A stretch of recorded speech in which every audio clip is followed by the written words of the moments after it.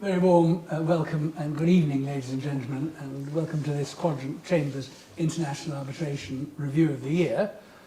We're looking back over the past year in covering 5 themes, all of which we've described with the letter A. But the one theme you won't be hearing about beginning with the letter A are the Arbitration Act reforms, because we think those have probably been done to death. Our first topic is A for affordability. Can you afford to bring your claim or defend your claim in the arbitration? Can you get funding? What is the landscape for third-party funding after the controversial decision of the Supreme Court in PACCAR and the Competition Appeal Tribunal on LFAs and DBAs? A also stands for Ania Farren, our first speaker, who is a partner in the International Arbitration Group of FieldFisher with 20 years' experience.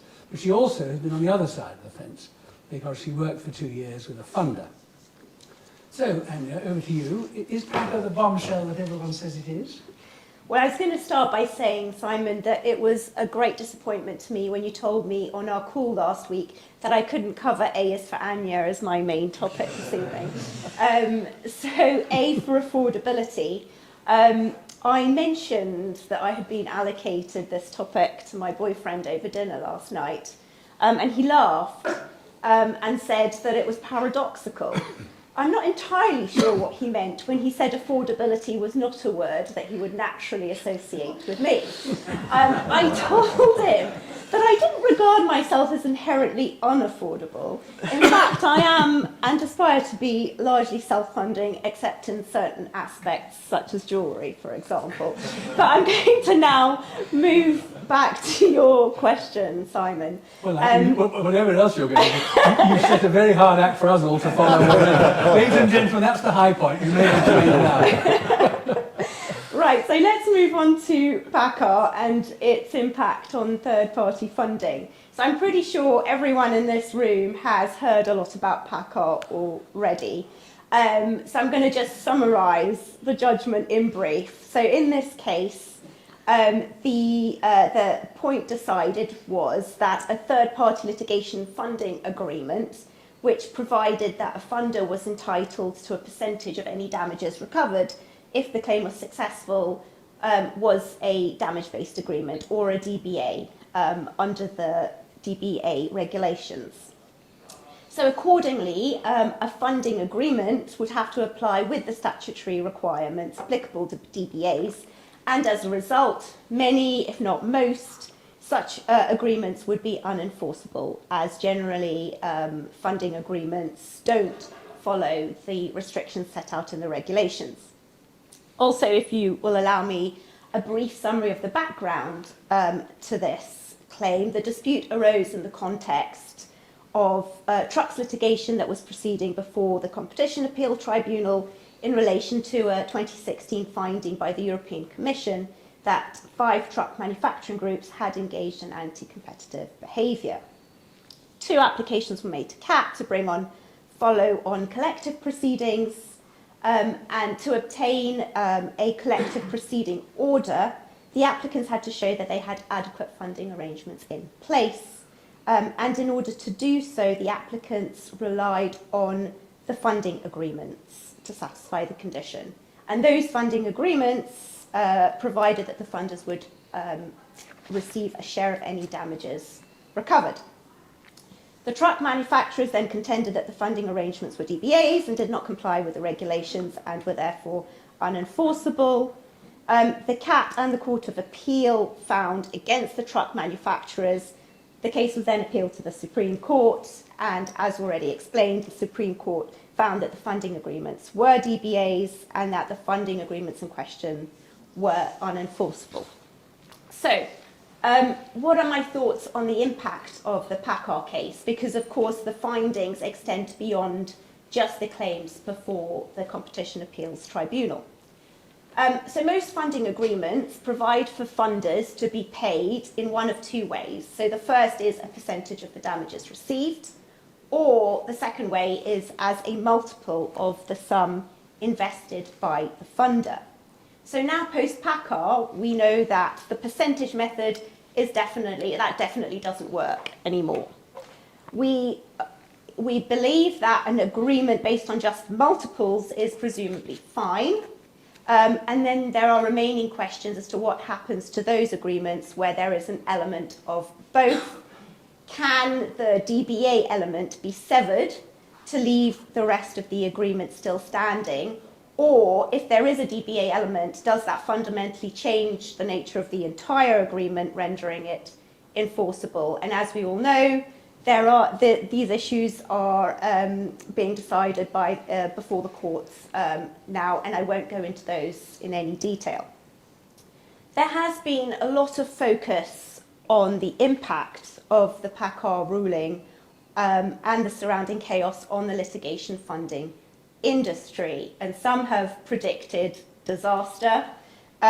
Lady Rose, who dissented in the PACCAR judgment, quoted Miss Dunn, who is chair of the Association of Litigation Funders. And if you'll allow me to just quote her, these consequences will extend to all or most litigation funding agreements that have been agreed since litigation funding began in England and Wales. This would be massively damaging, both for the administration of justice in relation to existing cases which involve funding by litigation funders and the future access to justice of parties who would otherwise have employed litigation funding agreements to fund their cases. I think it's also important to remember that third-party funding plays a very significant role now in the UK in both litigations and arbitrations. According to a report last year, UK's litigation funders' assets hit a record of £2.2 billion, and that is double what it was in 2018 and 10 times what it was 10 years ago. Now, from what I understand, speaking to funders and brokers, the reality is that for the most part, funders are simply renegotiating their agreements. So lots of deals are being done. And I would argue that actually the impact on PACCAR is far more serious for the businesses and the individuals who need funding to bring their valid claims than on the third-party funding, the third-party funders themselves. We are already beginning to see that the result of PACCAR is that funding is more expensive, will become more expensive. So interestingly, funders are obviously moving to multiples plus interest rate. So they're no longer able to have a percentage or take a percentage of the damages. So they're just simply charging higher multiples. And also what they're doing is they're pushing the duration risk onto claimants. So I have seen examples of new formulas. We're used to seeing, I think, multiples of 3 or 4 times the amount invested. Those are now going up to sometimes over 6 times the amount invested, where the resolution is over 60 months. And we know 60 months is not unrealistic in arbitration terms. So I think that is the key sort of practical impact. Of course, we're going to see more cases up before the courts relating to existing funding arrangements, such as Bugsby. And sort of current development, there's a clear indication that we will see legislative change. So the government is already taking steps to salvage the opt-out claims before the CAT, and looking at an amendment to clause 126 of the Digital Markets Competition and Consumers Bill. So that's currently going through Parliament. But the government has also indicated that it is proactively considering options for a much wider response. And just yesterday, conveniently for us, it was reported that the UK Justice Secretary, Alex Chalk KC, has said that he plans to use legislation to counteract the Supreme Court ruling more broadly. And I'm just going to quote from his... Not again. I'm going to quote from his statement because I think it's interesting. He says, "I'm proud of the UK's reputation as the heart of global legal services, and I want to keep it that way. That's why the government will be reversing the damaging effects of PACCAR at the first legislative opportunity." And I understand that this statement was actually triggered after the lead claimant in the high-profile lawsuit against the UK Post Office highlighted the need for litigation funding and called it an essential tool for the expensive and grueling legal battle. So I hope I've managed to fit that in, I think, in the 5 minutes that was allocated to me. But I'm very interested to hear what others think of the impact of PACCAR on funding. Greg? I do have an interesting impact that comes off the back of that, which is that we at Mishcon were approached by a funder that we do a little bit of work with, who's known to be extremely aggressive and often picks up cases that other funders are not interested in, obviously charges a lot more for them. That funder was proposing to us that we work with them to try to insert the funder into the renegotiation that clients are going on with their funders. That funder then employs either my firm or another firm as lawyers to run the negotiation, and the funder then takes a cut of how much the party has saved by renegotiating their funding agreement. Initially, I thought that was a very interesting idea until we looked at who the funders are, and then we realised that we actually run cases for the vast majority of those funders, so we're conflicted. And that made me realise how critical, to the point you made, how critical funders are to litigation within the UK. And I hadn't fully appreciated that it's almost as difficult as suing the big banks. Nobody is going to want to take on a large mandate like that.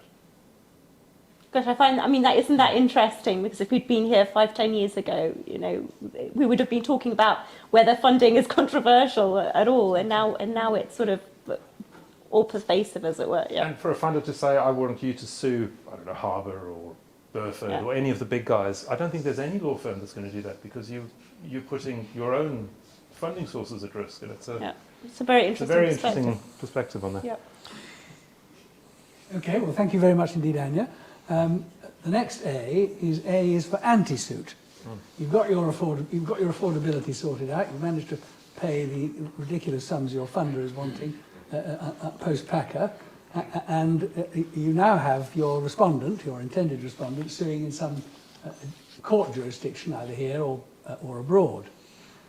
Antisuit is a growth industry, and it's been a very busy year for the English courts in anti-suit injunction cases, particularly where the arbitration sought to be enforced is a foreign seat arbitration. Our next speaker, Greg Falkof, who you just heard speaking, grapples with the issues involved in the recent cases and the impact of the highly controversial decision of the Supreme Court in Enka on these sorts of issues. Greg is a partner in the International Arbitration practice group at Mishcon, as he's just said, with very long experience. I've worked with him on something which I'm going to be talking about shortly, and particularly in the oil and gas and energy sector, and he's a member of the ICC Global Commission for Arbitration. So, Greg, over to you. Do we have to worry about Ania for much longer? Thank you. Was that Ania? I know. Yes to both of them, I think, is the answer. Thank you, Simon. And the answer is probably not, and I'll explain why. But what I wanted to do is essentially tell a story. It's a story in 4 parts. Every story has a hero and a villain, and in these 4 parts, the villain is the same. It might be slightly over 5 minutes. Please bear with me. Warning in advance. We're all overrunning, so don't worry about it. So we're looking at 4 different judgments that have come out between August, September and October of last year, all involving anti-suits, all involving foreign-seated arbitrations. The first was a judgment of Deutsche Bank against Ruschem. Ruschem is the villain. The first judgment came out in the middle of August. Deutsche Bank had issued a performance bond for its client that's a contractor in favour of Ruschem. Ruskem's a Russian company linked to Gazprom. The performance bond contained an ICC arbitration clause with a Paris seat. The bond itself was governed by English law. The arbitration clause didn't have a governing law to it. Russian sanctions were imposed on Ruschem. The contractor stopped work. Ruschem then called the performance bond from Deutsche Bank. Deutsche Bank refused to pay out because of sanctions. Ruschem then started an action in Russia because they said they wouldn't get a fair trial going to arbitration in Paris under the arbitration clause. Deutsche Bank then sought an Antisuit injunction in England to prevent Ruschem from going ahead with the Russian action. That was sought on an interim basis without notice. Ruscam obviously didn't participate on an interim basis. It went before Mr. Justice Bright. Now he accepted, going to your point, that under ENCA, the arbitration agreement was governed by English law. We all know that. No choice of law in the arbitration clause. There is a choice of law in the matrix contract, absent any other indicators otherwise. Generally, the choice of law in the matrix contract applies to the choice of law in the arbitration clause. Arbitration clause governed by English law, therefore the court has jurisdiction and the court is the proper place to do so. Mr. Justice Bright then looked at whether there are exceptional circumstances under the Angelic Grace test to avoid issuing an anti-suit injunction. Those exceptional circumstances, he said, is particularly the foreign seat. There was some very limited evidence of French legal practice before him. The limited expert evidence was that French courts don't issue anti-suits in their domestic toolkit, and French courts would not enforce an anti-suit issued by an English court.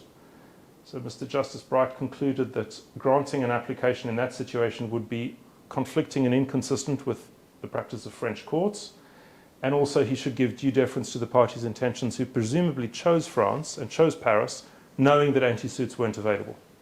So on that basis, he held that England wasn't the proper forum and he rejected the anti-suit application. 10 days later, we had a different decision that came also from the commercial court.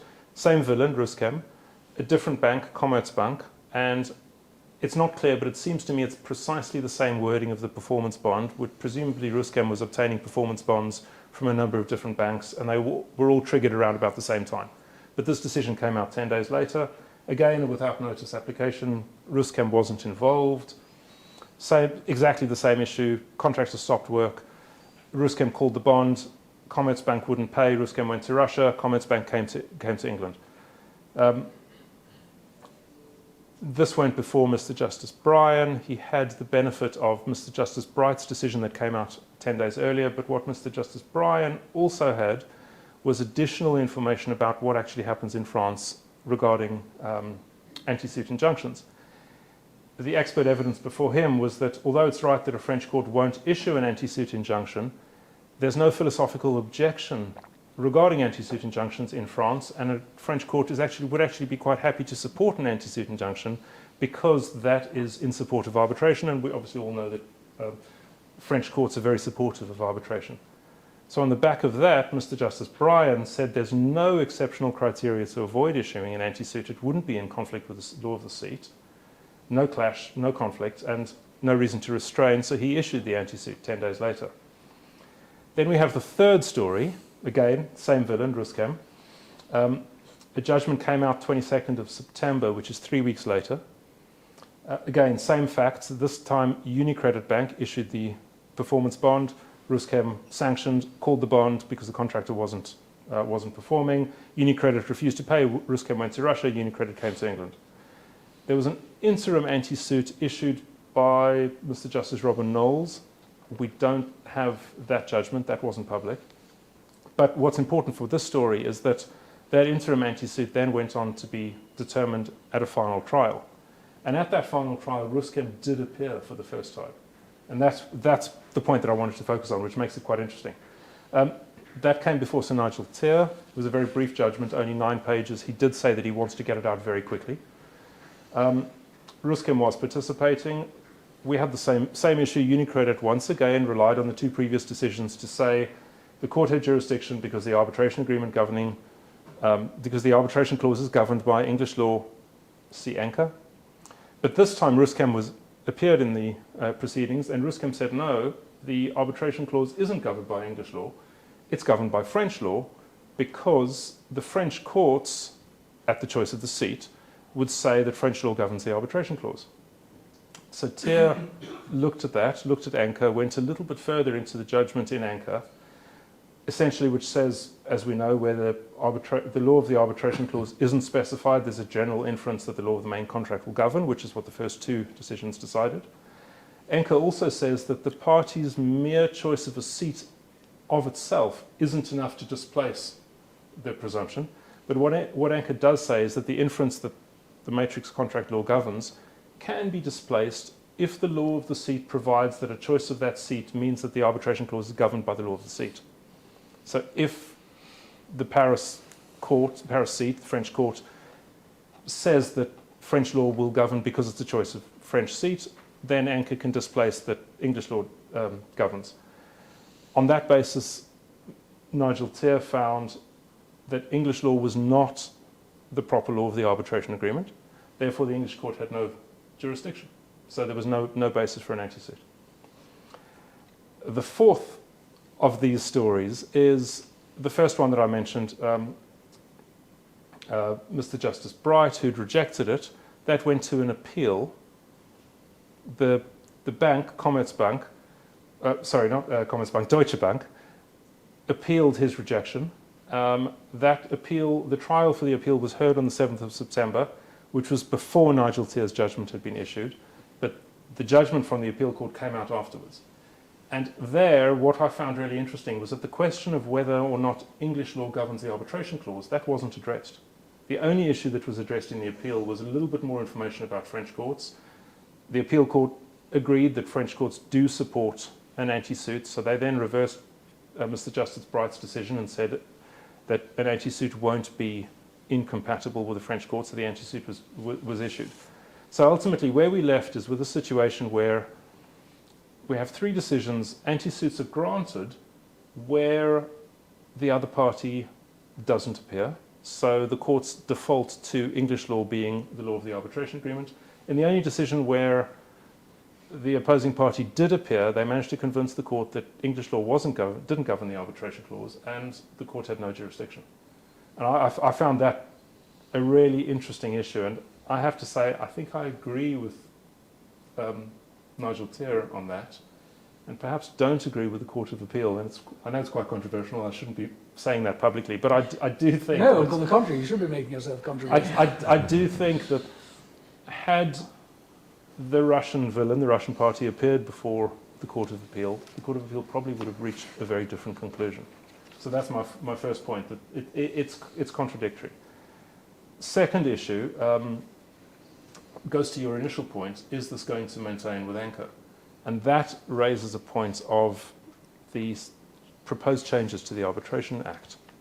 And the proposed changes to the Arbitration Act are going to be a provision that say where the parties have chosen the seat, the law of the seat will govern an arbitration clause, which will mean that the first few decisions for the antisuit to be granted in a foreign-seated arbitration where English law is deemed to govern the arbitration clause, that won't be possible anymore. And I suppose the question to ask is that this proposed change to the Arbitration Act and what we're seeing now, removing the ability to issue an antisuit, is this an unintended consequence of the changes to the Arbitration Act? Have those changes been fully thought through? And I don't know the answer to that, but I think it's an interesting question that is only coming up at this point.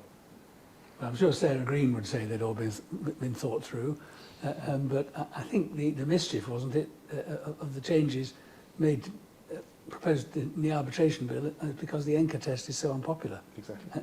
And so ill thought out. And this and is indeed, precisely certain members of the Supreme Court, speaking extrajudicially, have said just the same. We don't really agree with what we did. And this is a perfect reason as to why it isn't working.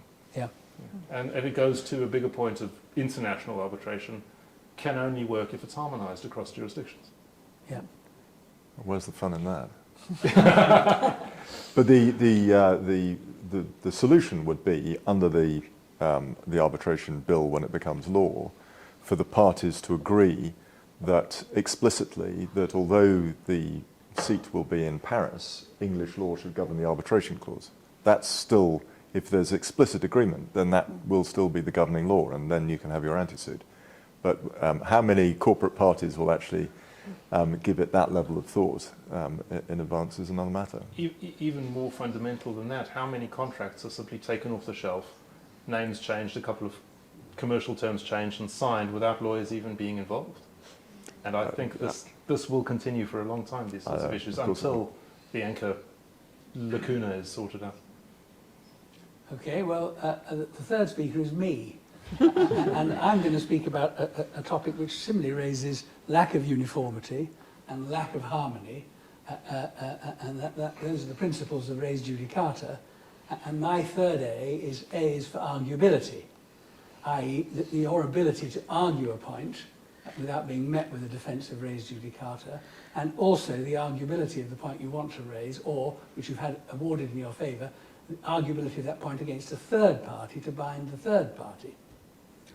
Res judicata and international arbitration has spawned a huge literature.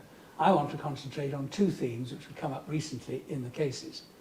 The first, a case I'm involved in, are the perils of bifurcated hearings and of possible or perceived inconsistencies of approach at different stages in a long-running arbitration dealing with completely different aspects, arguability affecting the party itself. The second thing I want to cover is the difficulties of applying findings made in arbitration, so for example an arbitration between A and B, so as to bind C, a third party, who is not party to the arbitration agreement and didn't participate in the arbitration. So let me start with the multi-stage or bifurcation problem. Bifurcation is a fact of life, multi-stage arbitration is a fact of life, but it can create very special problems in the res judicata field depending on what law you are applying. The recent case of Crescent Petroleum NIOC is a very good example about that. The Crescent arbitration is one which is never off the front pages of GAR. It's been going for 2009 very happily. But this was a moment when it actually got before the English court on a Section 69 appeal.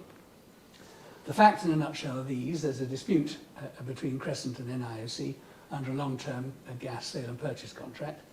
Crescent 1, because there's now Crescent 2, was divided into two phases. Phase 1, liability and jurisdiction. Phase 2, remedies. NIOC lost phase 1. At phase 2, in the damages aspect, NIOC raised the issue of sanctions affecting the ability of Crescent to take gas from Iran because of international sanctions. And therefore, when we were looking at damages in the but-for world, Crescent couldn't say it had lost gas because even had NIOC performed the contract, it could never have got it because of sanctions. And pausing there, it's important to bear in mind that the contract was governed by Iranian law, but the arbitration seat provisions were left to be agreed on a case-by-case basis. And for Crescent 1, it was agreed that the seat would be England, so English law governed procedurally and as the law of the arbitration, even though the hearings took place in the Netherlands. So Crescent in phase 2 took the defence, well, you can't argue sanctions because you didn't argue them in phase 1. If you're relying upon sanctions, sanctions could have been relied upon in phase 1 as a defence to liability, because you could have said we're not in breach because of sanctions which prevented us from complying with the contract anyway, even if our other arguments don't work.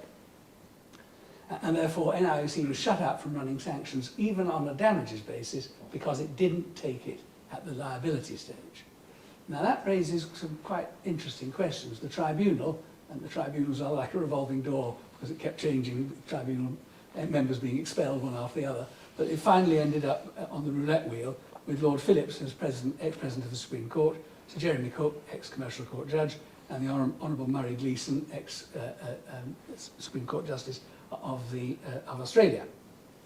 They found for Crescent, saying, applying English law principles of res judicata, we could, they didn't say should, we could have taken sanctions as a defence to liability, and therefore it was too late to take it as a separate defence to liability, even though the issues were entirely different. We went for Section 69 permission to appeal, saying that a tribunal of that calibre was obviously wrong, and had failed to apply the res judicata test. Mr. Justice Pickin held that they hadn't applied it very clearly, and they could have put it better. Not sure what Lord Phillips would think about that. But nevertheless, he found there was no obvious error of law. So far, so mundane in a way.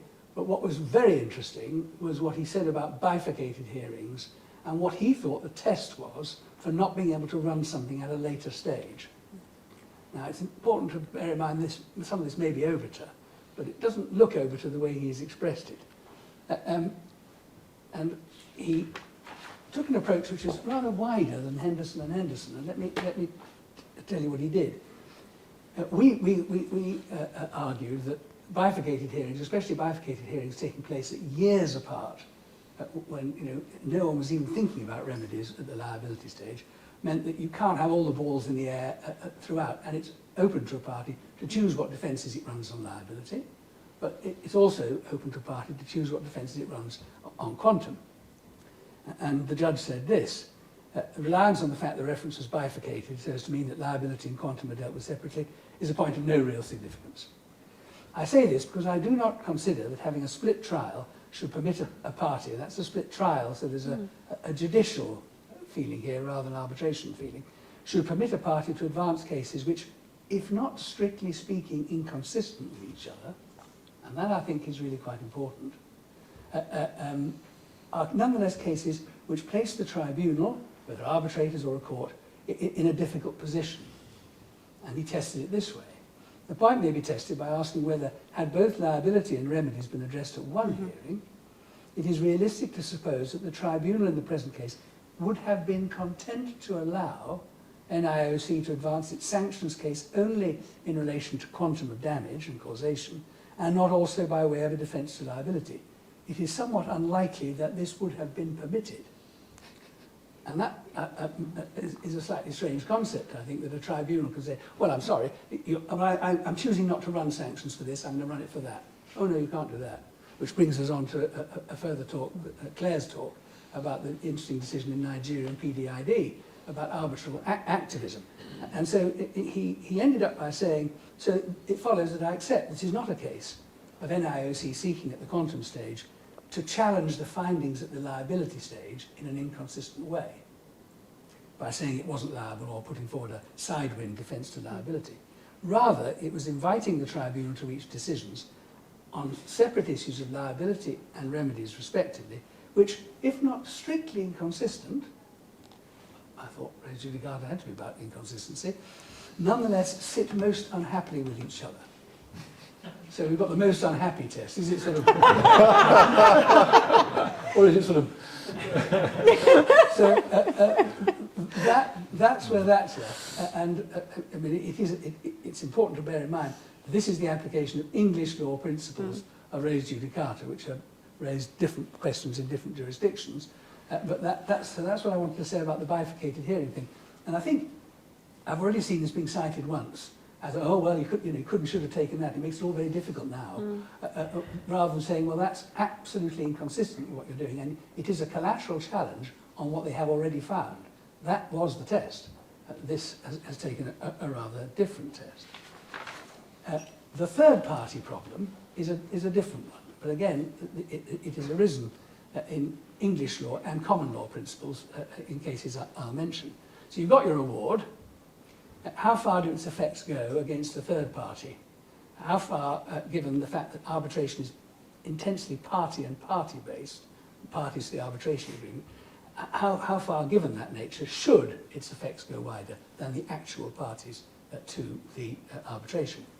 And that third party problem has received quite a bit of attention in 3 common law jurisdictions here, Hong Kong and Singapore over the last year.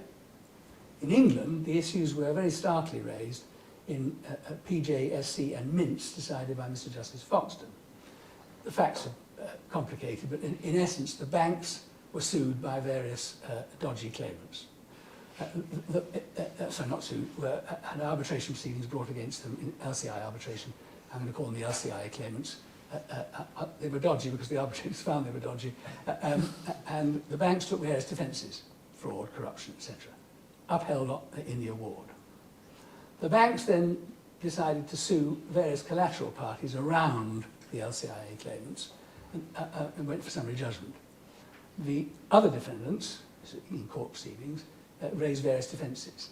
And against those defendants, the banks tried to rely upon the award as creating a res judicata estoppel, binding the third parties as privy and interest to the parties who'd lost the arbitration. Now, privy and interest is a very English concept. It was widely expanded by Vice-Chancellor McGarry and Gleeson and Whipple to extend to anybody who had some form of interest in the outcome of the proceedings and shared some degree of identity with the parties to the proceedings. Now, if one just stands back and thinks about that in the context of an arbitration, with parties to an arbitration agreement, it's quite difficult. The banks relied upon the fact that the collateral parties were funding it, were constantly asking for updates on it and so on. So they were sort of the people in the background controlling it all. And Mr. Justice Foxton said he couldn't decide that on a summary judgment basis. But he went further.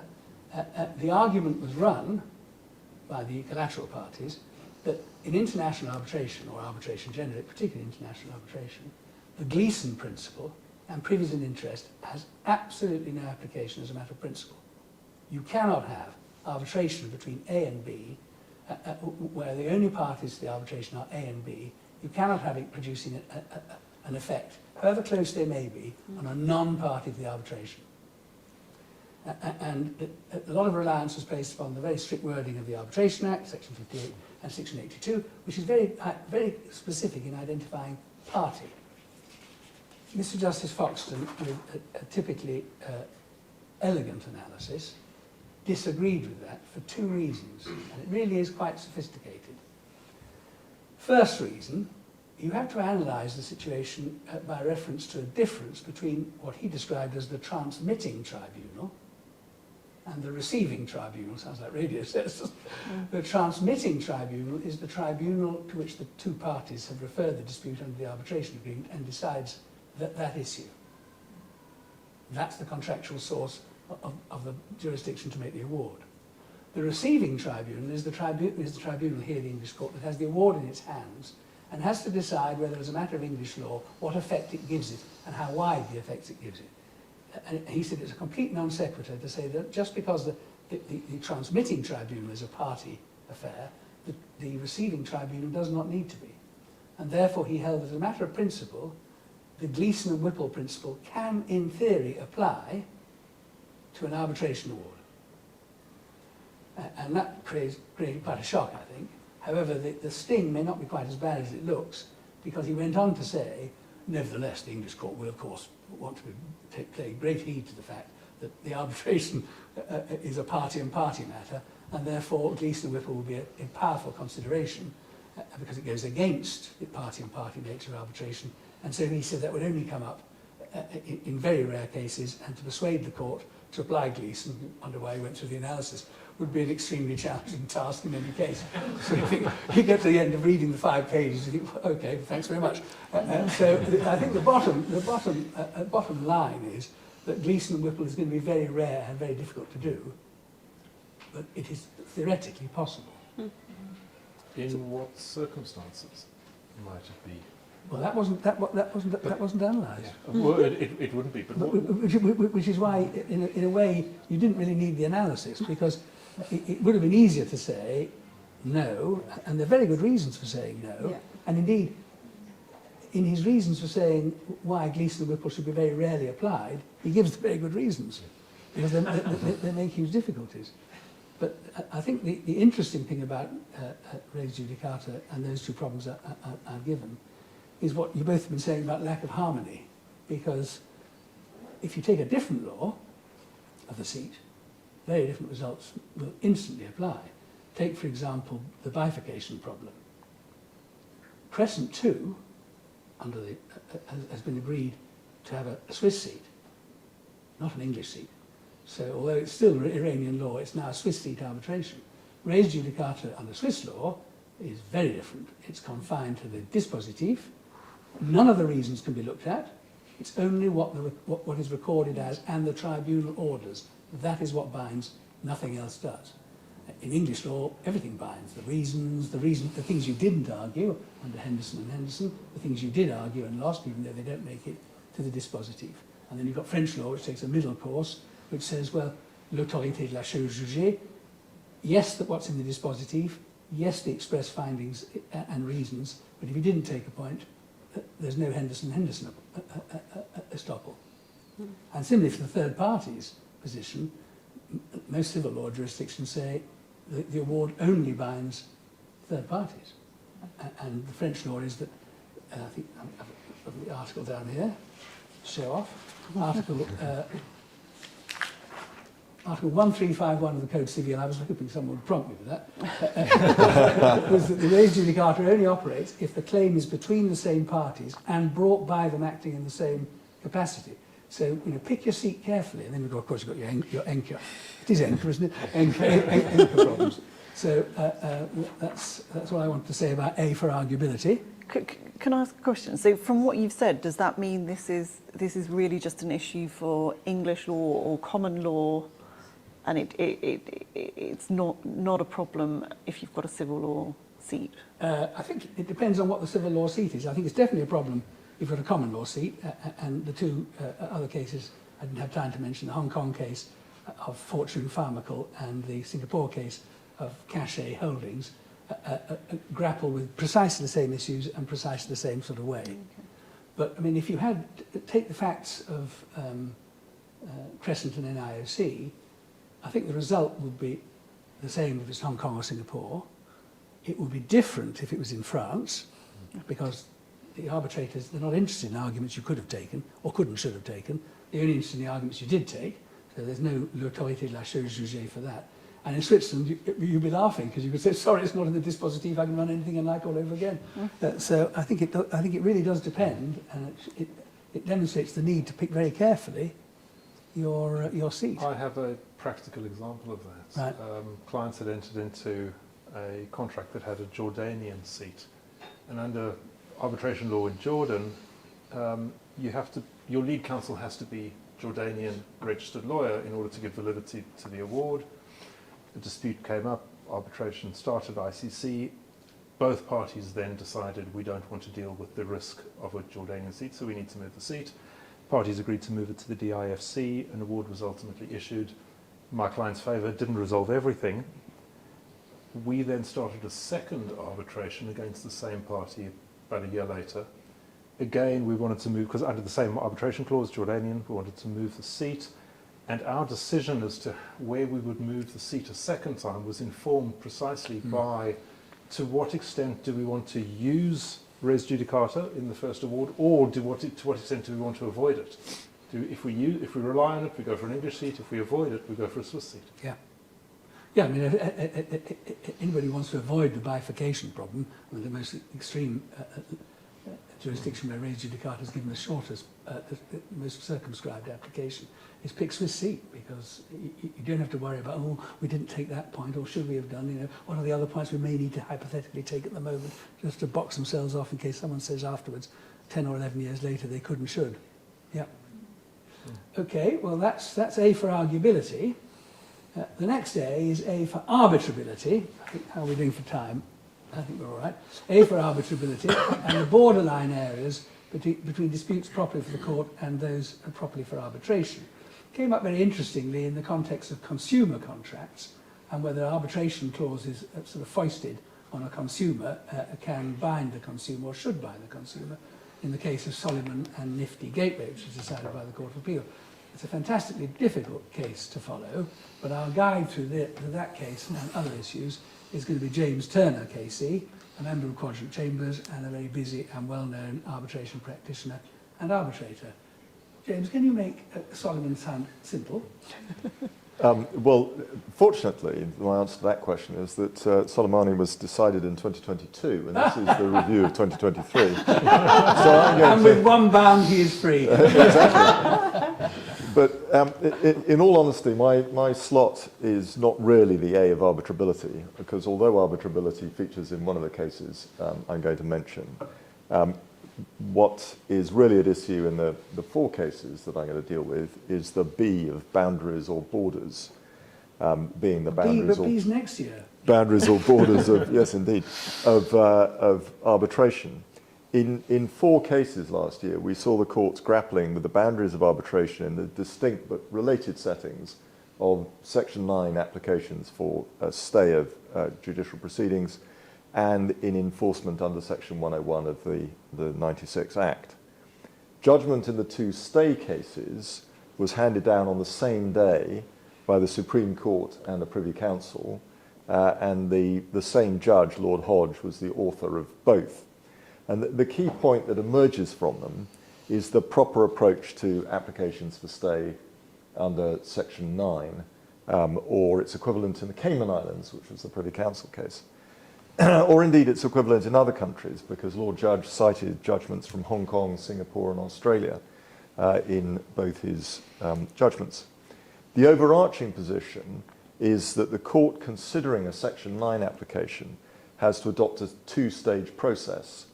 You have to first identify the matters which the parties have raised or foreseeably will raise in the court proceedings, and second, identify in relation to each of those matters whether it falls within the scope of the arbitration agreement. Now, a matter doesn't mean the whole of the dispute, but it does have to be both reasonably substantial and legally relevant to a claim or defence in the court proceedings, and it must be susceptible to determination by an arbitrator as a discrete dispute. So it's got to be more than a mere issue or question that might fall for decision in the court or the arbitration. And you also, just to add to the fun, have to have regard to the context in which it arises. So what did all that amount to in practice in these two cases? The Supreme Court case, which as you know is Mozambique and Privinvest, arises out of the so-called tuna bond scandal. It involves multiple parties, multiple contracts, and multiple causes of action. The arbitration clauses appeared in 3 supply contracts between the Republic of Mozambique and different Privinvest entities. Now, by the time the case got to the Supreme Court, no challenge was made in the court proceedings as to the validity of the supply contracts. If there had been, challenges of that sort would have been stayed for arbitration. That's very clear. But Privinvest, I say relies, because it's obviously still ongoing, upon the commerciality of the agreements as defence or partial defence to some of the Republic's claims on quantum. Now, that was not a matter which Lord Hodge considered fell within the arbitration clauses, because it was just too small an issue, too small a matter to be the subject of a discrete arbitration. Now, strictly speaking, that result was reached as a matter of Swiss law, because the arbitration clauses were governed by Swiss law, but it's difficult to envisage a different result in English law. The Privy Council case was Ting Chuan. Now, that was an application to wind up a company on the just and equitable ground in the context of a shareholder dispute. And the respondent sought to stay under the arbitration clause in the shareholder agreement. And it was common ground that the winding up order was relief that an arbitrator could not grant. It's an example of what Lord Hodge called remedial non-arbitrability, as distinct from subject matter non-arbitrability, which is things that particularly Parliament has said can't be decided by arbitrators, employment contracts being a frequently cited example. However, the fact that non-arbitrable relief was being sought wouldn't prevent some matters in dispute, such as, for example, allegations of breach of the shareholders' agreement, being referred to arbitration. So on the facts, issues of loss of trust and confidence and of irretrievable breakdown in the fundamental relationship between the shareholders were stayed for arbitration, but consideration of whether it would be just and equitable to wind up the company was not. Now, the other 2 cases that I want to mention were also the product of a single judge, Mr. Justice Bright, but they were delivered disappointingly 2 weeks apart. The boundary in these cases is the extent to which English law will protect consumers from the consequences of agreeing to foreign-seated arbitration.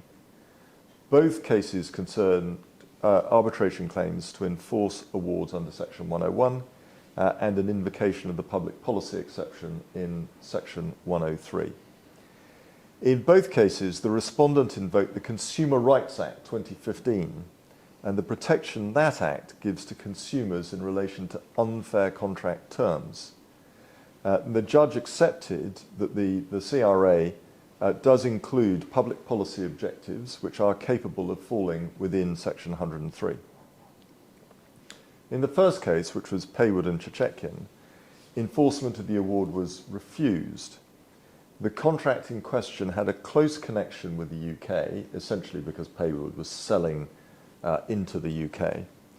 And the reference to Californian law and arbitration effectively and unfairly excluded consideration of Mr. Chetkin's claim under the Financial Services and Markets Act 2000, which also embodied English public policy.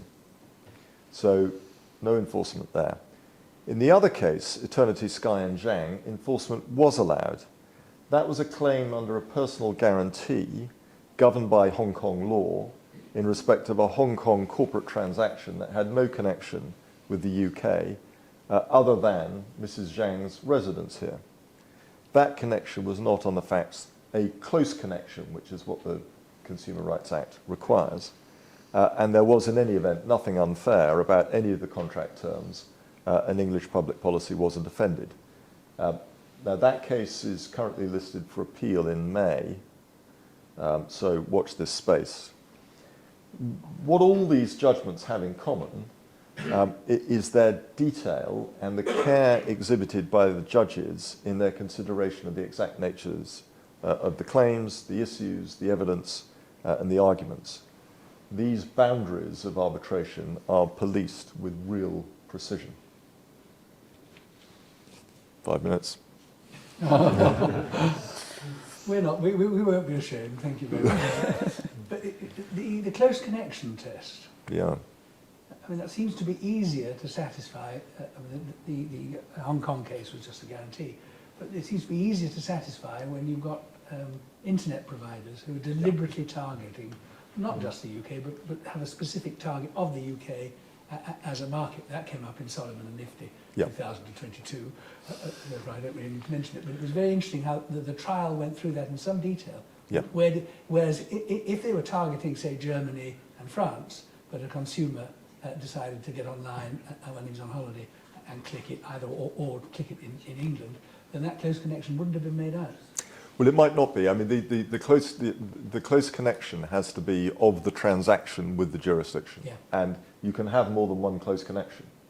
It's not like the situation where it's the closest and most real connection. So that's a sort of important point to bear in mind. But you're quite right. If it's coincidence, then that's not going to help. Okay. Should tribunals get involved in levelling up the playing field when one party is putting its case very badly or ineptly, either by choice of counsel or for any other reason, and there is a practically self-imposed or self-inflicted inequality of arms?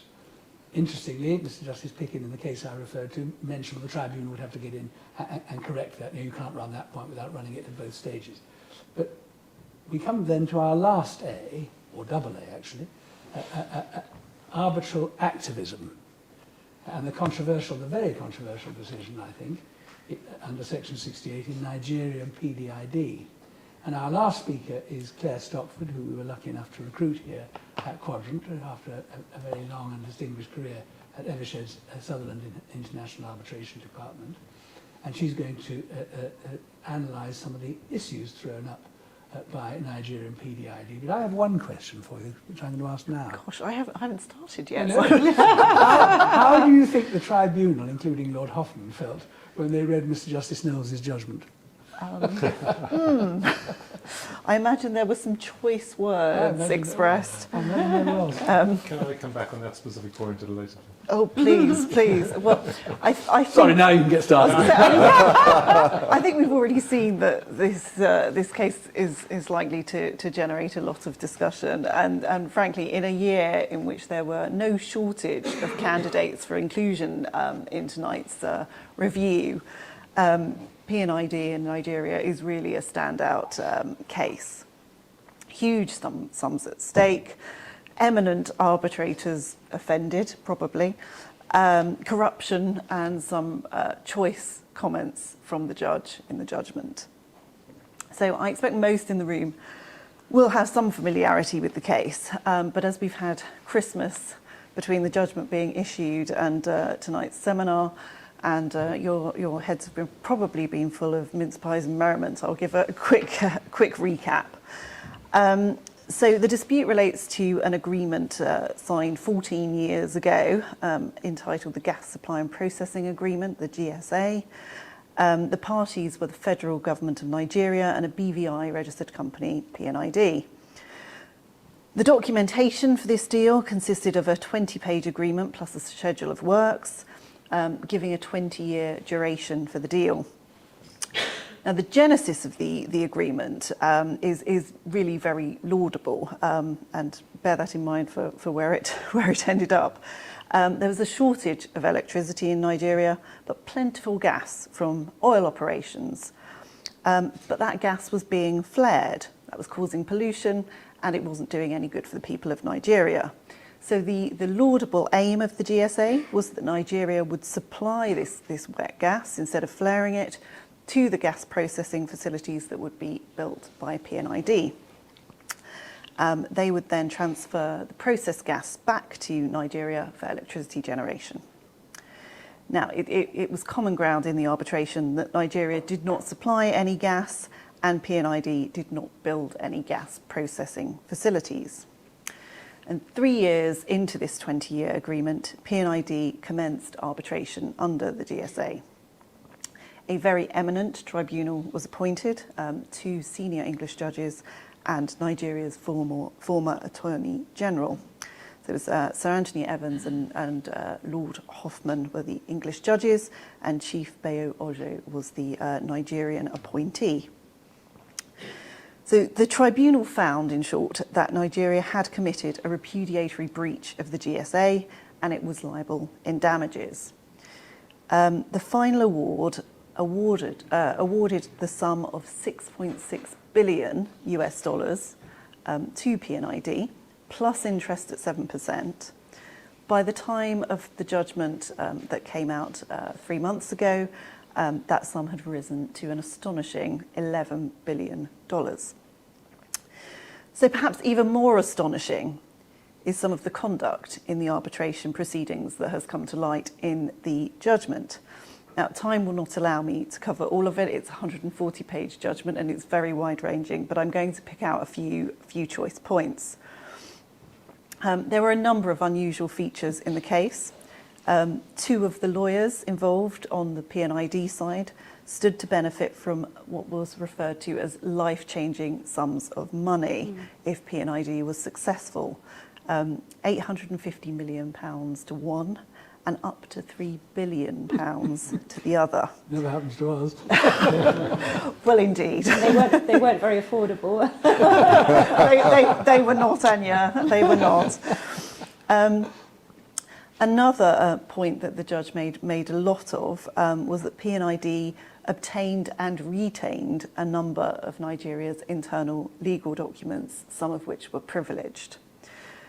The judge also found that a key witness for PNID had lied about how the GSA came about. He knew a Nigerian official had been bribed, but decided to leave this out of his witness statement. And the judge said that there were signs, at least with the benefit of hindsight, that something was amiss with the arbitration. Despite the vast sums, and they really were vast, of public money that was at issue, Nigeria was struggling to meet deadlines in the arbitration, was struggling to get its fact and expert witnesses in. There's a lot of discussion in the judgment in particular about the quantum expert and the sort of the rigmarole, if I can use that term, that Nigeria had in terms of putting in what ended up being a very, very brief expert report. So some years after this arbitration concluded, well out of time, Nigeria brought a challenge under Section 68 of the Arbitration Act, which is a challenge for serious irregularity on the basis that the award was obtained by fraud or the way in which it was procured was contrary to public policy. To jump straight to the punchline, the judge accepted the awards were obtained by fraud and the way in which they were procured was contrary to public policy. This led to the vast $11 billion award being overturned. So there is an awful lot that can be discussed from this judgment: the professional conduct issues, disclosure, the extension of time, the limits of Section 68 of the Arbitration Act, and so on. We could fill a whole hour and more just on this judgment, but I don't have a whole hour, and I'm keeping you from your glass of wine, so I'm going to focus on just one aspect, and that is activist arbitrators, ? So the judge made a number of choice comments about the arbitrators' behaviour and the way in which they ran the proceedings. And I'd like to consider whether arbitrators should be taking heed and changing their behaviour, and whether, as counsel in arbitration proceedings, we should be doing anything different.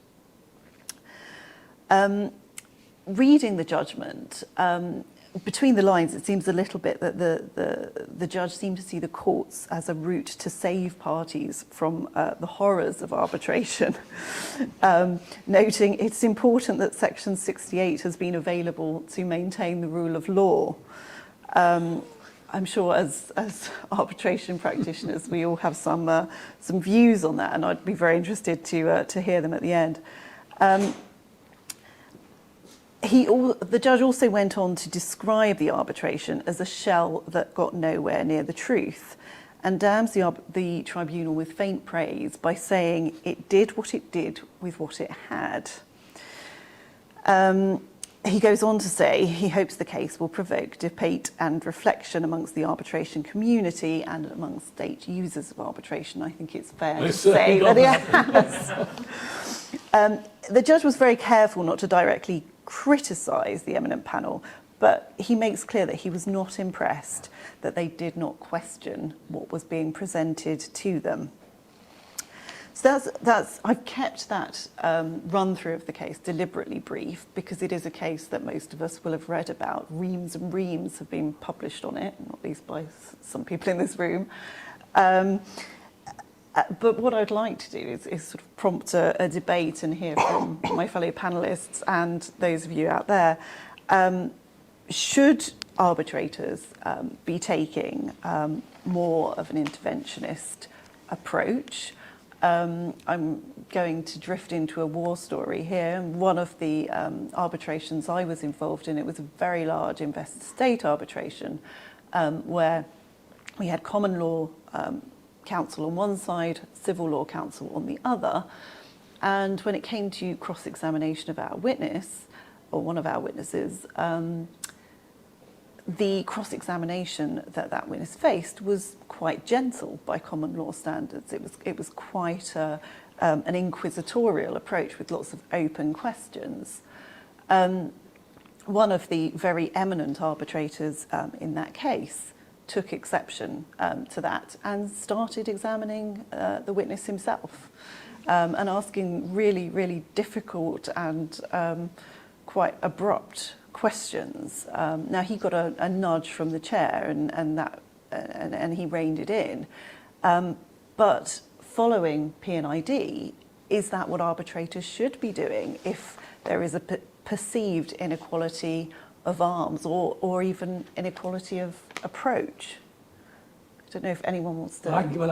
Simon. I can give a similar war story when I was sitting with French arbitrator and leading Swiss arbitrator, and the civil law side was against the English law side, and the civil lawyers made an absolute fist of cross-examining a power station expert and closed the cross-examination and said, members of the tribunal, do you have any questions? And the Swiss arbitrator said, yes, but we're going to need to programme this for tomorrow because that will be at least 4.5 hours. And he was. And he plainly was completely on top of the topic, and everything that should have been put to this witness was, and suddenly what looked pretty straightforward suddenly got a lot more complicated. You know, when you see someone really going into action, but what about the 5 kilowatt machine? Or the other co-arbitrators going, oh yes, the 5 kilowatt machine. It was rather embarrassing. But what about problems of bias or perception of bias afterwards? Is that a problem? I think that is sort of where this leads. If arbitrators are jumping in and doing something akin to cross-examining a witness, does that not leave them open to challenge? So if they meet Mr. Justice Knowles's ambitions, if you will, and take control of the proceedings where there is a perceived inequality of arms, are they not effectively then standing in the shoes of counsel? And I think that does leave them open to accusations of bias. I do think the one situation where it's probably most acceptable is where you have a situation that's the substantive law is only a law that one of the arbitrators is qualified in. And quite often, if it's not an English, if it's a more exotic law, one of the parties will appoint an arbitrator qualified in that particular law. And I think in that situation, unless there is a clear show of bias, I do think it's almost acceptable for the arbitrator who's qualified in that law to ask questions if the part, either to counsel or alternatively to expert witnesses if it's being put forward. And if I just might add, it seems to me that, Claire, you've put forward like two extremes. I think that there is an extra responsibility on arbitrators, especially in arbitrations involving a state, especially where very high damages are at stake, and then the added imbalance in representation. But it definitely seems to me that the tribunal could and should have asked questions, especially of the quantum experts, where they saw that Nigeria's experts both hadn't had sufficient time. They could have allowed them more time, I think, to address issues in their reports. Could have addressed further questions to P&ID's experts on quantum. For example, now tribunals are able to appoint their own quantum expert in situations where there is insufficient, I think, expert views on quantum issues. I do think that there is a growing, I think, demand on arbitration and for tribunals to be more activist. And just putting my ICC hat on for a second, we see that, for example, in the latest ICC report on facilitating settlement in international arbitration, where that's looking, for example, at the tribunal's role in proactively facilitating settlements and even looking at tribunals giving preliminary views on cases. So I think there is a sort of a trend and a demand on tribunals to be more activist. I do think your points about tribunals appointing independent experts is very interesting. That's a much better idea, yeah. Because that's, it's a civil law concept. It comes from the inquisitorial approach rather than the adversarial approach. And in some ways, the tribunal here in P&ID was taking a purely adversarial approach and simply sitting back and dealing with what was put before them. Yeah. And ultimately, that wasn't a just approach in this situation. But then you get that slight conflict, don't you, between how civilians might approach matters and how common lawyers might approach matters. I mean, in the case we were doing, Crescent and IOC, one arbitrator, the chair, it's all in global arbitration review, so everything is in global arbitration review. I don't know how it gets there, but it is. Gavin Griffith, QC, ex-Attorney General of Australia, was the then chair, and he, being a common lawyer, was pretty aggressive in asking questions about testing your case, just like a morning in the commercial court or the Court of Appeal. And he asked, counsel, again, they were all in GAR, counsel for Crescent, Dr. Poulsen, Jan Poulsen, plainly didn't find this very appetizing or very helpful because he kept being interrupted when he was reading off his PowerPoint presentation to be asked a specific question. He was challenged on various grounds. But one of the challenge grounds was that he exhibited a wholly hostile and inappropriate interventionist technique in testing counsel and disrupting counsel's arguments. And I was sitting there. I'm a common lawyer. It wasn't that bad at all. And we don't know what the reasons are for him being dismissed by the ICC court because reasons weren't given. But I don't know whether that resonated or not. But just to give him due deference, obviously I was sitting next to you, and his hostile approach was towards you as well as it was towards Jan Poulsen. He was equally hostile to both. But he asked me, do you mind me putting questions to you? And I said, no, I welcome it, because I'm a common lawyer. It doesn't have to be, and it didn't seem very hostile to me. But he was asking questions all the time, but that's really what we're there for. But, I Ania's point is the right one, that there is a balance to be drawn, and arbitrators do need to be alert to any inequality of arms before them, and they do, in some cases, need to step in, but they can't step in a very one-sided way and just make up for the deficiencies or perceived deficiencies of one side's counsel. I've been before arbitrators who have been extremely well prepared and asked an awful lot of questions, but in a very even-handed way. They haven't jumped in and cross-examined one side's witnesses because the other side's counsel weren't doing it. So I think there is there's a tightrope to walk for arbitrators, but there is a balance to be struck there. There's a role in all of this, though, isn't there, for self-awareness on the part of arbitrators, and for being aware that we are all the creatures of our own legal culture, being aware of tools which exist and can be used, such as the single expert that can advise the tribunal, and also accepting, I mean, speaking for myself, I'm a barrister. Stuff is usually presented to me by solicitors. I don't have to go through the grime and the hand-to-hand combat of finding the witness and getting them to answer questions, getting them to agree to give evidence and all of that sort of thing. And just being aware that those of us who have that background exist in more of a bubble than perhaps Ania and Claire and Greg do.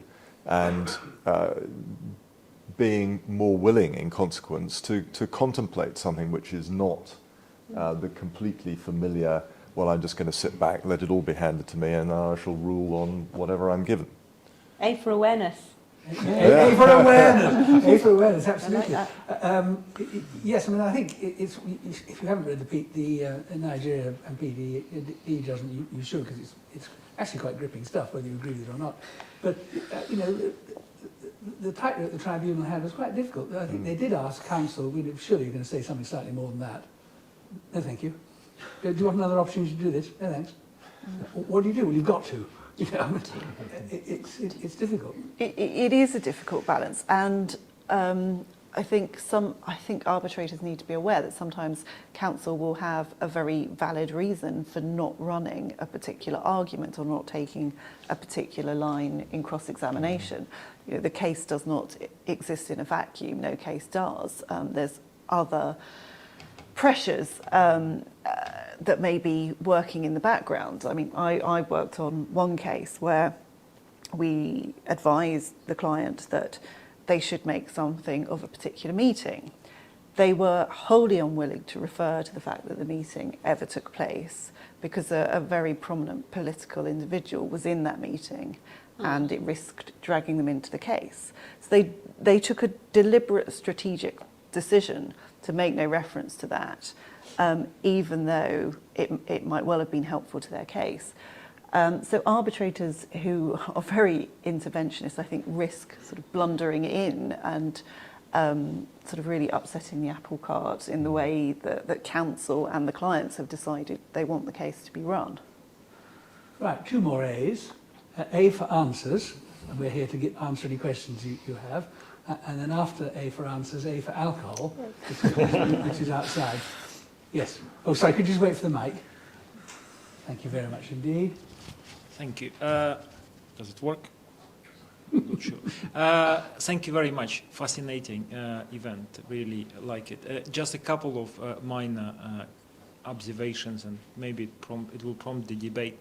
The first, just keep your voice up for the first one, Greg, about Antisuit injunctions. I think it was quite interesting and novel approach, and basically the courts found jurisdiction. One of the gateways was that English law applied.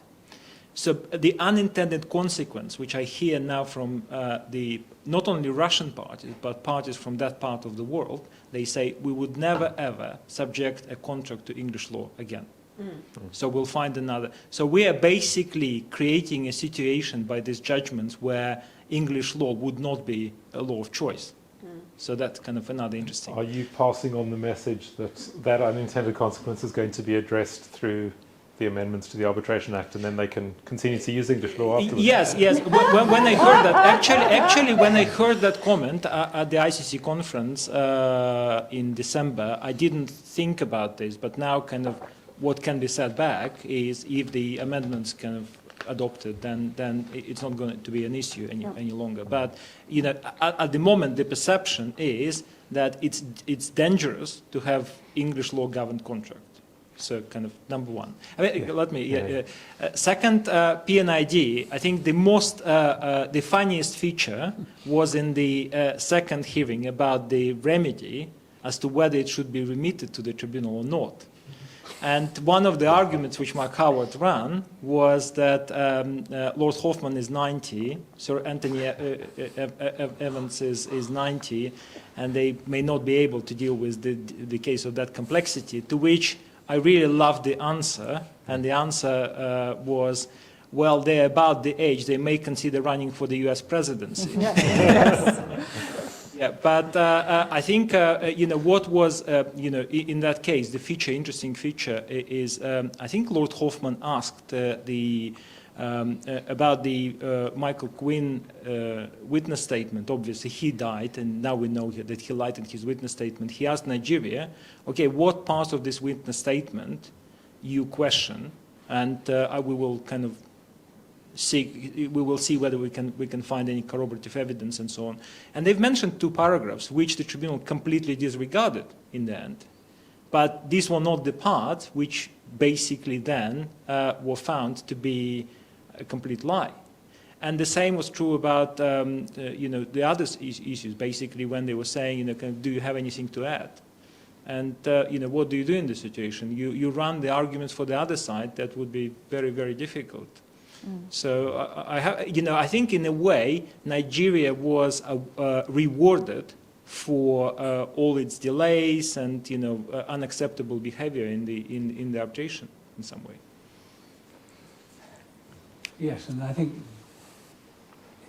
the decision might have been different had you had other judges. I mean, And even the decision to permit Nigeria to extend the time limits by, I think, was 2.5 years? that's unbelievable. Even that decision might have, because that was the gateway that allowed so much more. And Well, he mentions that in the seminar judgment. by itself, yes. But no, I think your point is that the tribunal did try, and that's reflected in the judgment. In addition to the point you mentioned, there was a whole exchange reproduced between Lord Hoffman and Nigeria's counsel around its opening on quantum, I think.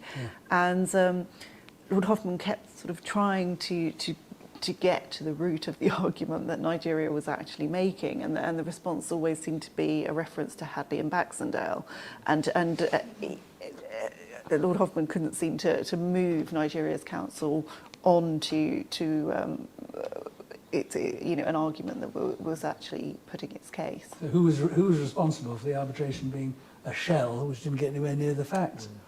The tribunal or the decision of one party to hamstring its counsel or use terrible counsel or not help counsel? I was at a Chartered Institute event in Lagos about 3 weeks after the judgment was issued. Oh dear. And Chief Bayojo stood up. He was given a microphone. He got a standing ovation from all of the Nigerian arbitrators because he'd issued a dissent. And he went on to say that his faith in English courts has been restored from the judgment. He obviously wouldn't reveal anything from the deliberations, No. but I found it was a very interesting intervention that he said. Anything else? Any more for any more? That's 2 A's again. That's the end of the A theme, even I'm bored of it. Okay, so before we go off for A for alcohol, perhaps we can do A for applause for my fellow speakers.